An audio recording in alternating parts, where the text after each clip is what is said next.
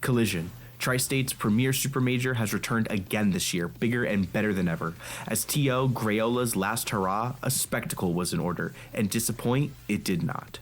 Considering the event's all best of 5 nature, it would only be natural to assume that upsets would be sparse throughout the event, leading to a relatively smooth competition for the last summit spot. But be it due to daylight savings messing with people's sleep, or just something being in the air that night, we got maybe one of the craziest events since Civil War back in Smash 4. Going into the event, Steve was a big topic weighing on everybody's mind. Does a tech ban work? Does he even need to be banned? These were questions that plagued people's minds. But this tournament showed that we might have been worrying about the wrong Fighter Pass 2 character. Considering Collision 2022 was Riddle's first major top 8, it is only fitting that Collision 2023 is his first super major win. Although many people were counting him out after a relative underperformance at Genesis, we knew it was only a matter of time until we saw him back in form. But looking at who he beat to get there and what was on the line makes his win even more impressive. Qualifying as the final competitor for the last ever summit must be an incredible feeling. And it was accompanied by a run only a handful of players could ever achieve. Not only did he beat Syrup, SkyJ, and Goblin, he 3-0'd MKLeo in a dominant fashion, getting revenge from their set at Scuff War Tour, and reverse 3-0ing his biggest bracket demon in Sonics by going Terry with one of the most tense endings to a game all tournament. Although Riddle's win was impressive, SkyJ was definitely the highlight of this tournament. His runs come even more of a shock as he just came off of a 97th place at Genesis 9. And the list of players he upset couldn't be more impressive, beating Lima, DeBuzz, Meister, and Spargo twice. Achieving the best result an Incineroar has ever gotten, he played himself into the heart of his fans and into grand finals of a super major. He put up one heck of a fight, landing some ridiculous kills and nearly resetting grand finals, ultimately falling short. Although the dream of SkyJ at Summit was a short-lived one, he proved that even a character widely considered as a mid or low tier is capable of making big waves in bracket. Going back to Broken DLC, however, wait, guys. Yeah, wrong game. Yeah, no, this is Ultimate, wrong game. Oh, sorry about that. Anyways, Bayonetta has seen a bit of a resurgence lately, and while Bloom Forever has been the main force behind that, there's another player who can never be counted out. Lima can sometimes be a bit inconsistent, but there's always a possibility of him pulling an amazing run out of his pocket, like this one, where he got 5th in what is Bayonetta's highest placing at a super major ever. He was the highest placing US American in bracket, beating Ling, Shiny Mark, Karama, and Tweak in the process, with his run getting ended by a Mexican 1-2 punch in the form of SkyJ and Meister. Speaking of, Meister was in a similar situation to Riddle's going into this tournament, coming off of a 33rd at Let's Make Big Moves and a 25th at Genesis. Not only that, after what feels like an eternity of him being the Game & Watch, Mia is now seriously bringing his status as the best of his character into question.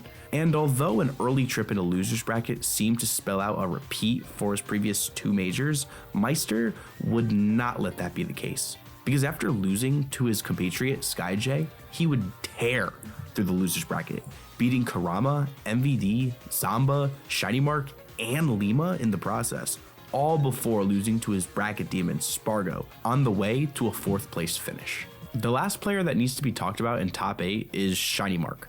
Due to him being from Guatemala and a not very established player in the United States, opportunities for him to travel are few and far in between, which means that an underperformance such as 65th at Super Smash Con hurts even more.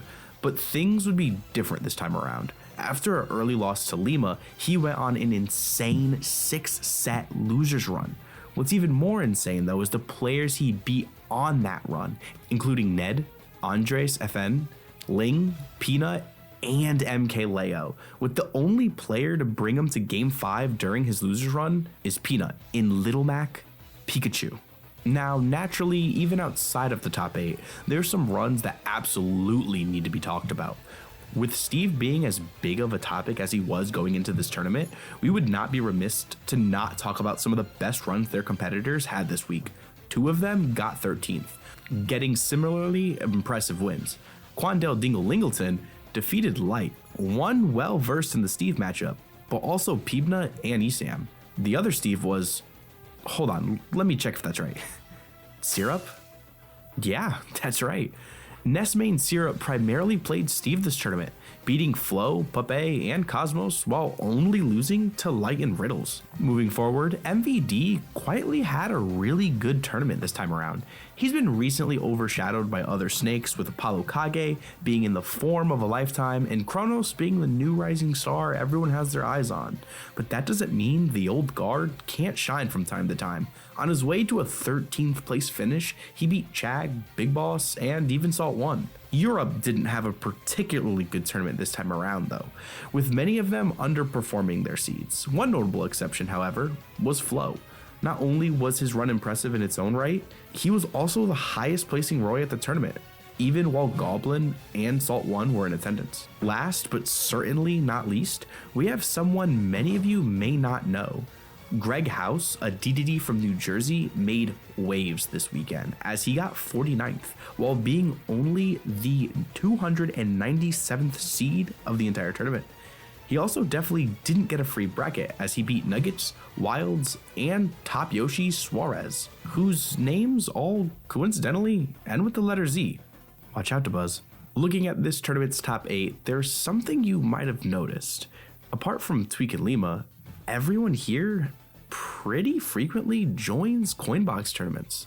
Now, we all know that Wi-Fi results do not equal offline results, but I think we as a community dismiss Wi-Fi a bit too much, because not only do consistently high placers at Coinbox often place well at offline tournaments, the same thing is happening over in Japan, where tournaments are currently ran by 2 Smashmate prodigies. Now, this doesn't mean that Wi-Fi is necessary for improving at the game, but with so many players having success with it, it might not be a bad idea to try it out. Although this tournament happened in the US, it was definitely dominated by Latin America. 3 out of the top 8 were Mexican, with one more player being from Guatemala and the other from the Dominican Republic. With one more player being from Canada, the US's role in this top 8 was rather minimal.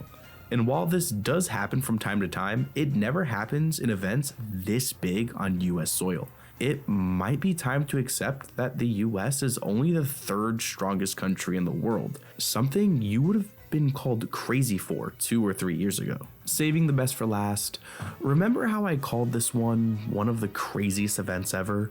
What I meant by that was this event was a bloodbath, with upsets happening left and right. Looking outside of the top 16, some of these placements come to an absolute shock. Cosmos, Karama, and Quid all got 17th. Jackal and Shattuck got 25th. Athenema, Siskwi, DeBuzz, and Salt 1 all got 33rd. But what's even crazier is the upsets that happened on the top of the top. Literally every single top 4 seed was in losers before top 8, with 2 of them being out of the tournament by then. Those 2 being Light and MKLeo, players known for rarely, if ever, missing top 8s. This is especially surprising in the case of MKLeo, as he's only missed top 8 of an Ultimate Major twice, at Umebura, Japan, back in 2019, and at Smash Ultimate Summit 5. Not only is this crazy by itself, but it is even crazier in the context of rankings. Every top 5 player who was in attendance here took a loss outside of the top 40 of last year's alt rank. MKLeo with Shiny Mark, Spargo with Skyjade twice, Tweak with Lima, and Light with D-Dog, aka Quandale Dingle Lingleton, which makes the competition at top level even closer than it was ever before. And although Akala has been spared from such fate as he didn't attend this tournament, he still took 2 losses to people he had a very dominant record on before. All this means is that the stage is set for the next big event happening to decide it all. If somehow this spectacle of an event wasn't enough action for you, don't fret. Although next week is relatively empty in terms of events, with only a couple Japanese regionals, the week after we will have our final summit, the perfect ground to decide the current best player in the world, with all of our current top 5 attending. But there is someone finally coming out of their hiatus. Who could throw a wrench in their plan? Well, that's going to be it for our Collision 2023 recap. What did you think? Let us know down in the comments as always. Subscribe to our channel to keep up with Smash Summit 6 in the near future, and drop us a follow on Twitter at NevermoreINT and me at JuniorHawk_. Thank you so much for watching. Till next time.